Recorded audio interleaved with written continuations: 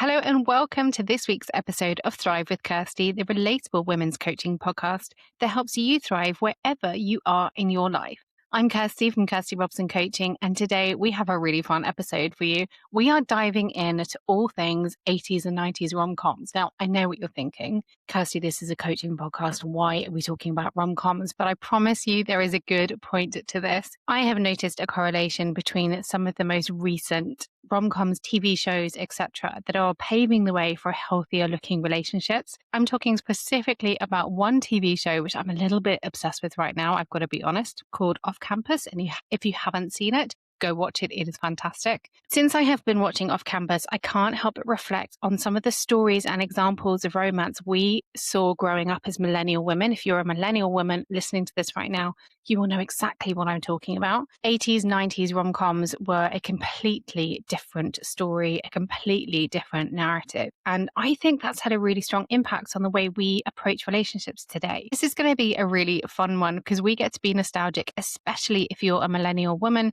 who grew up watching these films, and these films and TV shows were the standard of healthy relationships that we knew back then. And we're going to be looking at them from our different kind of boundaried, healthier lens that we have now. And we're going to be talking about why Off Campus is such a good example of healthy relationships. So let's dive in. For me, in my late teens and early 20s, Sex and the City was the pinnacle of a female empowerment TV show. I loved how openly they talked about sex, how mature the whole thing was, about how, these are women in their 30s who are making it in New York. And I just found these women are what I want to be like when I'm older. I watched an episode recently and I was horrified. I'm absolutely flabbergasted now as the person that I am that I ever found that show at all inspiring. I do love how mature Samantha is, and I love her character, and I love how she knows herself, and I love how she doesn't allow labels to hold her back, that she is exactly what she wants to be, and she doesn't care what people think about her. But I remember wanting to be Carrie. I remember thinking Carrie was a great character. She was fun, she was quirky, and she was smart, and she had her life together, and she had great sense of style. But when you look at it now, and there are some really toxic behaviors in that TV show. For example, Aidan was a walking green flag. Aidan was a fantastic character. If you haven't watched any of these TV shows, then apologies, there will be some spoilers, but I think everybody who wanted to has watched Sex and the City by now. And I remember thinking that Aidan was kind of a boring character, that there was no drama, there was no passion, it was just steady. And it was boring and dull. And that is why Carrie got bored and cheated on him. When I look at it now, I think it's so sad to think he was a walking green flag and he was perceived as boring. He was emotionally mature. He was sure of himself. He was confident without being arrogant. He communicated well. He adored Carrie. He had standards of behavior that he expected. He had boundaries that he communicated them. He was adoring and loving and was everything in a character that we should be looking for. But we've romanticized the Big Carrie relationship where Big was all over the place. He couldn't communicate. He was emotionally so immature. He wasn't able to understand his own feelings, let alone communicate them to Carrie. He crossed boundaries consistently. There was an episode that came up on my Instagram recently where he was trying to kiss Carrie in a lift and she said no 3 times and he kept kissing her. And we used to dress that up as passion, that he just couldn't help himself but kiss her. He just had to kiss her. But she wasn't consenting to that. In fact, she said no several times.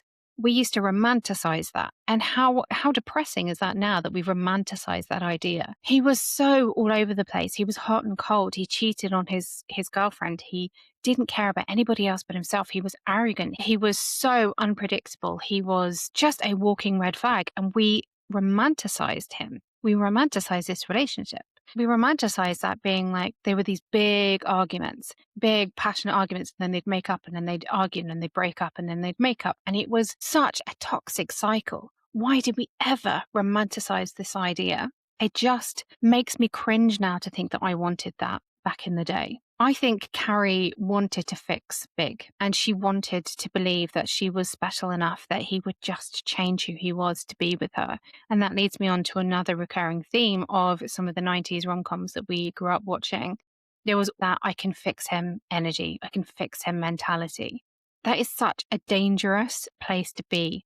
And it sort of links into what Matthew Hussey calls the one-day wager. You're making a wager that one day this man will be what I want him to be. One day he will treat me with respect. One day he will be kind. One day he will be the right person for me. The one-day wager. And that is a huge gamble to take with your life. You can waste years of your life not looking at the person that is right in front of you and looking at a projected version that doesn't exist and hoping that that version will somehow come into being. It's such a dangerous game to play. You have to take people at face value and you have to recognize who they are in the moment, who is standing right in front of you, seeing them as they are, not who you want them to be. Let's stop with this one-day wager stuff. I have been there. I've done it myself. I have dated somebody hoping that they would turn into the person I wanted or the person that was right for me. And guess what? Spoiler alert, they didn't. And everything that went wrong in that relationship, I could have seen in the first few weeks of dating because it was all there for me. But I projected this idea of what I wanted that person to be, and I was dating the idea of them, not the person in front of me. And that leads me on to the bad guy, the toxic guy. Why were we romanticizing the idea that we wanted to be with the bad guy? We wanted to be with the toxic guy. An example of this is Win a Date with Tad Hamilton, if you ever saw that, with Josh Duhamel and I think it was Kate Bosworth. That film was so interesting because you have the right guy, the good guy, the guy who was kind and he notices things about the woman and he treats her with respect and he appreciates all of the little things about her. He was sat on the sidelines. He never communicated his feelings and he never took any action until there was a threat against him. And then you have Tad Hamilton, who is not a great character. He's a little arrogant. He's very full of himself. He doesn't know anything about her. He likes the idea of her, but he's never taken the time to actually get to know what makes her her.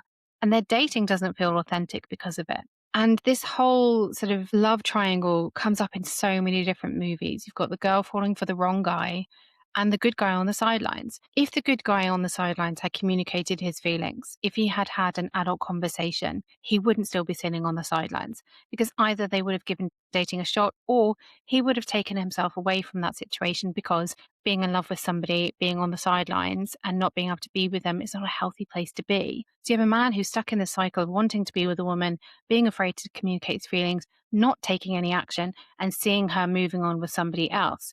Not a healthy position to be in for anybody. And then you have a woman who is enamored with the toxic guy, with the bad guy, with the wrong guy. Why is she drawn to him? And okay, he's famous in that film, but there's plenty of films where we have this same sort of dynamic going on. And the bad guy is always emotionally unavailable. He's never the right person. So why is the female main character drawn to the bad guy? I think it speaks to a lack of emotional authenticity, that if I go for somebody who's not emotionally available, then we're not having an authentic relationship. And that's sort of a self-protective mode that we go into, that if I date somebody and it's on a surface level, then if it ends, then it's not really me that they're breaking up with. It's the version of me that I projected onto that relationship.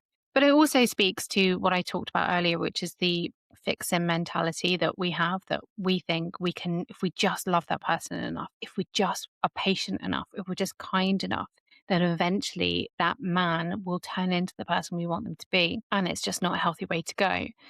And then the toxic guy falling for the woman he knows is not right. It's about validation for me. That's about, she's a great woman. She's got loads of great characteristics. And I want to feel validated that she wants to be with me. None of those dynamics, individually or as a whole, are healthy examples of love. And yet, these dynamics were romanticized on so many different levels for us over and over and over again. I remember seeing examples when I was younger of these sort of love triangles happening in my real life. And it never occurred to me how toxic it was. It just seemed part of life. And it never seemed to me like something that we need to address until now, until I have evolved and grown more as a person, especially since I've started coaching. And now I look at these relationships and recognize them for what they are. And next up, we have the catastrophic misunderstanding.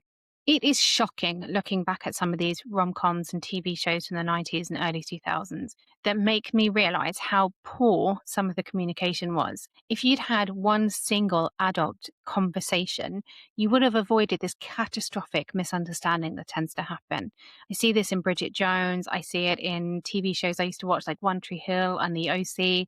These are the versions of love that I grew up idolizing because that's what was portrayed to us. And now I recognize it. Why don't you just talk to that person? Why don't you just tell them how you feel? The worst that's going to happen is that they're not going to agree with you, right? The worst that's going to happen is that they're just not on the same page as you. But at least you will have spoken about it. At least you won't be stuck in this emotional limbo, which is not healthy for you. And I see this over and over and over. And again, with Carrie in Sex and the City, she feels things for Big that she never wants to communicate to him. She leaves things in his apartment and he brings them back to her the next day. Rather than just asking him, hey, I'm here a lot of the time. Can I leave some stuff in your apartment? One single adult conversation, and that episode would never have happened. So we romanticize this idea that we are stuck in this emotional turmoil or we're stuck in this uncertainty with the guy that we're dating. It doesn't have to be that way. Just have a conversation, use some communication, and that will have resolved that issue. Now let's talk about the huge romantic gesture that tends to happen at the end of all of these movies, especially, and sometimes in the TV shows. I used to dream about a man doing a huge romantic gesture for me. And I used to think about that's just proof that he loves me, that he's willing to do some huge gesture just to make me feel special. Those gestures weren't done to make the woman feel special. They were done to try and salvage a relationship, because it's usually at the very end. There's been this catastrophic misunderstanding and they have to make a big gesture in order to get that woman to realize how important they are. You know what's crazy about that though? If you had shown the woman consistently on a daily or a regular basis how important they were to you, when that catastrophic misunderstanding happened, you wouldn't need to salvage it with a huge romantic gesture. If you show up consistently and show that person how important they are to you, they will know that. They will feel it. They will feel it on a regular basis. You won't need to salvage it with this huge gesture because they will already know how you feel about them. And I really have to put this one in here because the amount of times I still see this being spoken about now is kind of shocking. We've romanticized the idea of getting butterflies in our stomach. And ladies, if you don't know this, butterflies in your stomach is a negative sign. Getting butterflies in your stomach is not a sign that you're falling in love. It is not nerves. It's not excitement. It is your internal nervous system's warning to you. It is a huge red flag. It is saying, I don't feel safe with this person. Something is off. I've been in relationships where I felt butterflies and I thought, oh my gosh, this is great. I feel so good. Like I'm getting butterflies. I realize now that was my body's way of saying something is not right. You need to move away from the situation. Those butterflies in your stomach are a huge red flag. They are telling you to be careful. We don't feel safe here. One of the other themes that comes up on a regular basis is the treat 'em mean, keep 'em keen bullshit that we were told when we were younger. I was told, and I remember this specifically, when a guy was mean to me in school, it's because he likes you. He's just showing you he likes you. What does that say about the way women are framing their relationships? What does it say about the way we view how men treat us? Oh, if he's mean to you, it's just because he likes you. No, if he's mean to you, he's being a dick, and we're not accepting that behavior. We accepted disrespect, and we accepted far less than we deserve because we were told that's just how men show their love and their appreciation for you. We have got to put that to bed once and for all. And on the flip side of that, the idea of persistent love was being romanticized. That this guy is not going to give up on you because he likes you so much, that he's going to keep trying, he's going to keep wearing you down. He's going to keep showing you how much he loves you. What that screams to me is a lack of boundaries and a lack of accepting boundaries. And this comes again back to some of the things that I have noticed when rewatching Sex and the City. There are times over and over and over again where some of the male characters in that show completely disregard boundaries, and some of the female characters also disregard boundaries in their romantic relationships and in their friendships. But when we're talking about a man will just keep trying, he'll just keep persisting because he really likes you, he's not listening to you. He's not respecting your boundaries. He's not accepting when you say no. That is a huge red flag. I can't imagine a scenario where a healthy relationship starts off with a man who persistently tries to wear you down until you just get so exhausted and so bored and so tired of it, you just say yes. And also, why would you want that to be the way you start your relationship? Why would you want to have someone who just feels like, I can't be bothered to argue with you anymore, so okay, fine, I'll say yes? That is such an unhealthy way. Don't you want that person to be interested in you as well? Don't you want them to be excited about you? Don't you want them to feel fascinated by you or to want to get to know you better? Do you really want somebody to say yes just because they are tired of you asking? That screams insecurity to me, and that screams lack of boundaries. That is not a healthy way to start a relationship. It's hard for me to imagine a very healthy, successful relationship starting from that place. I want to talk about how this impacts women's view on relationships and the psychological impact it has on us. Because when you have such an unhealthy framework being romanticized, we idolize this really toxic environment in which a relationship starts. I think it impacts us on a psychological level, and it influences what we are expecting and what we are idolizing, what we are chasing in a romantic relationship. One of the things I think is so damaging for us is that we see these perfect views of relationships on TV shows, and it frames that idea that if our relationship doesn't look like what we see on TV and film, then it's just not the right thing, or it's not working for us. It's just not as good as it could be. We don't see the work that goes on in order to make that relationship successful. We just see this perfect relationship and we think that's just how things are. I think that does us such a disservice, because anyone who's in a healthy relationship will know it takes work to maintain that healthy relationship. It takes work to sustain something where you are both emotionally vulnerable and intimate and connected and respected.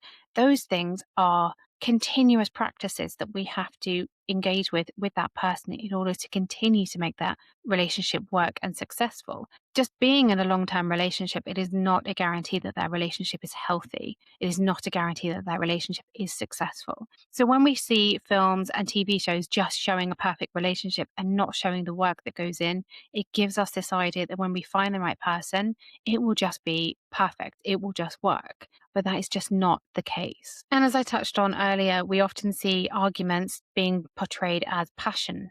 So you have to have dramatic arguments with somebody and then dramatic makeups in order for that passion to be in that relationship. And what we're doing there is equating drama with emotional intimacy. So we think, well, if we just have a steady relationship, we're both respectful of each other, we never argue, we communicate with each other, it's portrayed as being boring. But that is actually the ideal scenario. You should be communicating with somebody well. There shouldn't be arguments all the time. You can still have huge amounts of passion in your relationships and never argue. And the movie usually ends with a kiss, and there is an assumption of a happily ever after. The reality is that just doesn't equate to real life. You've got no boring tax returns or appointments or managing family life or managing two busy schedules or whatever it might be.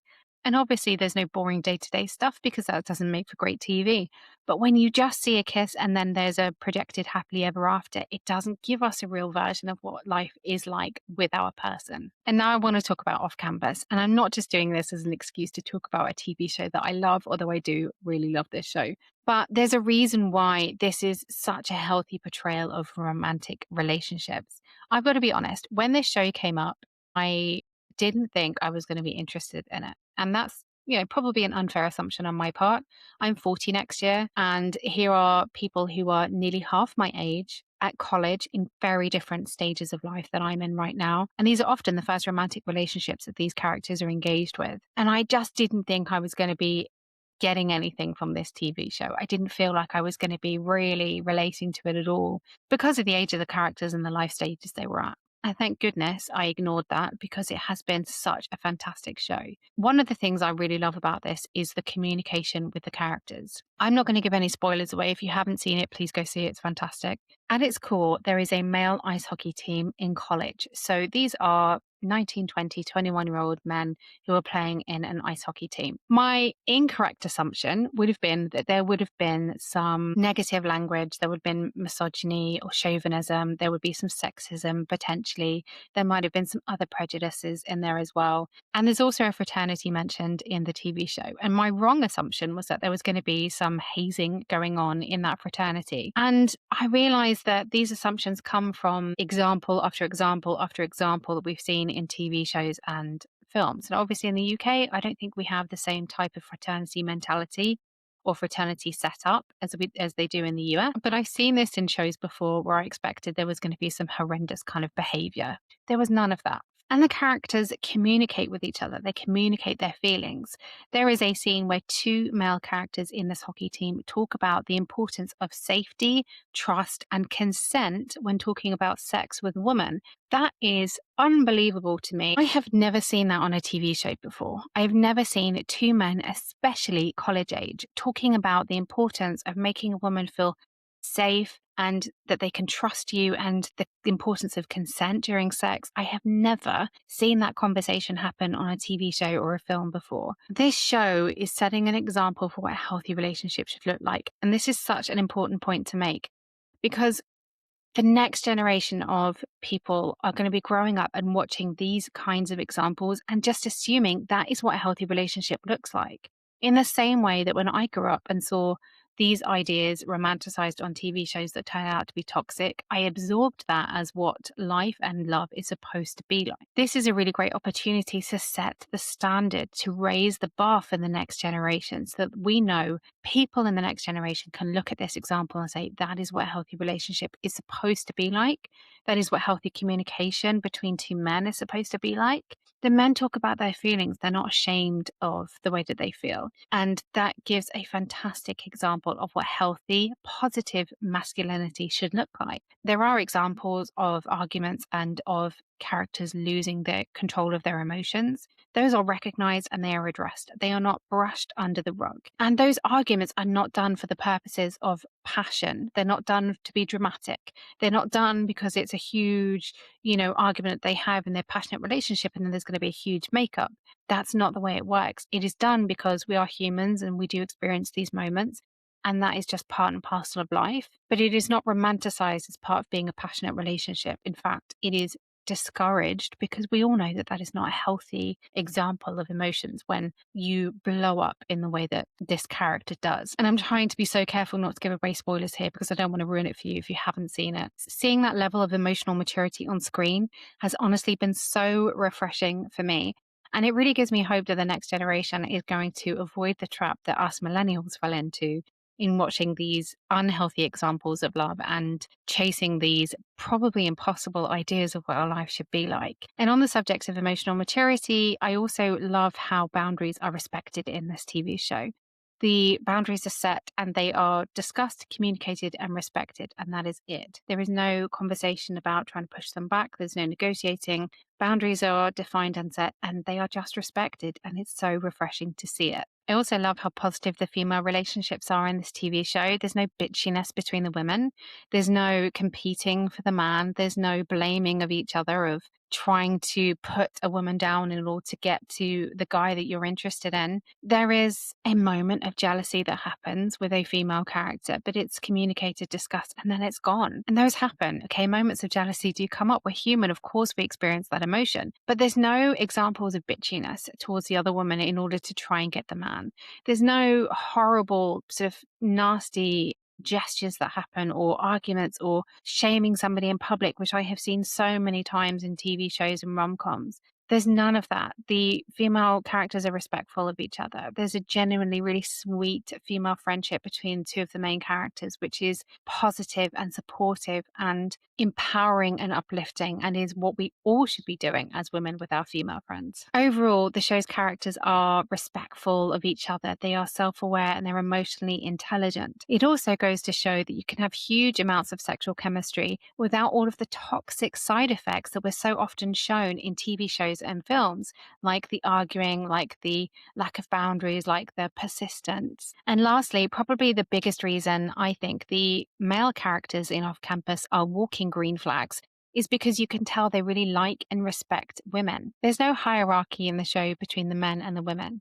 There's no hierarchy between the male characters' goals and the female characters' goals. They're all viewed as equally important.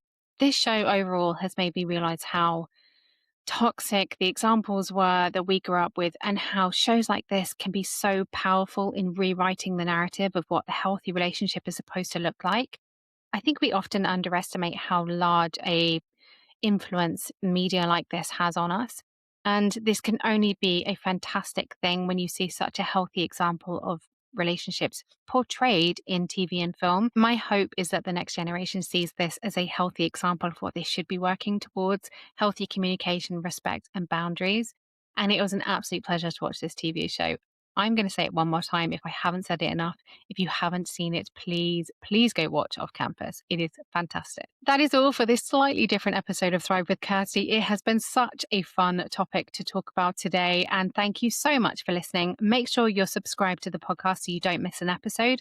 Episodes are released every Monday. You can find me on Instagram, TikTok, Threads, and YouTube at Kirsty Robson Coaching. You can find the Instagram page for this podcast at Thrive with Kirsty Podcast. There's no Kirsty's Coaching Challenge this week, but I am tempted to say go watch Off Campus as your Kirsty's Coaching Challenge. And ladies, I'm hosting a women's coaching retreat in Sussex in October. This is for you if you are tired of putting yourself last, if you're feeling burnt out or disconnected from yourself, or you're craving something more from your life, this is for you. Over 3 days, you'll experience coaching sessions designed to help you reconnect with yourself and what you truly want, to help you to build a life you love.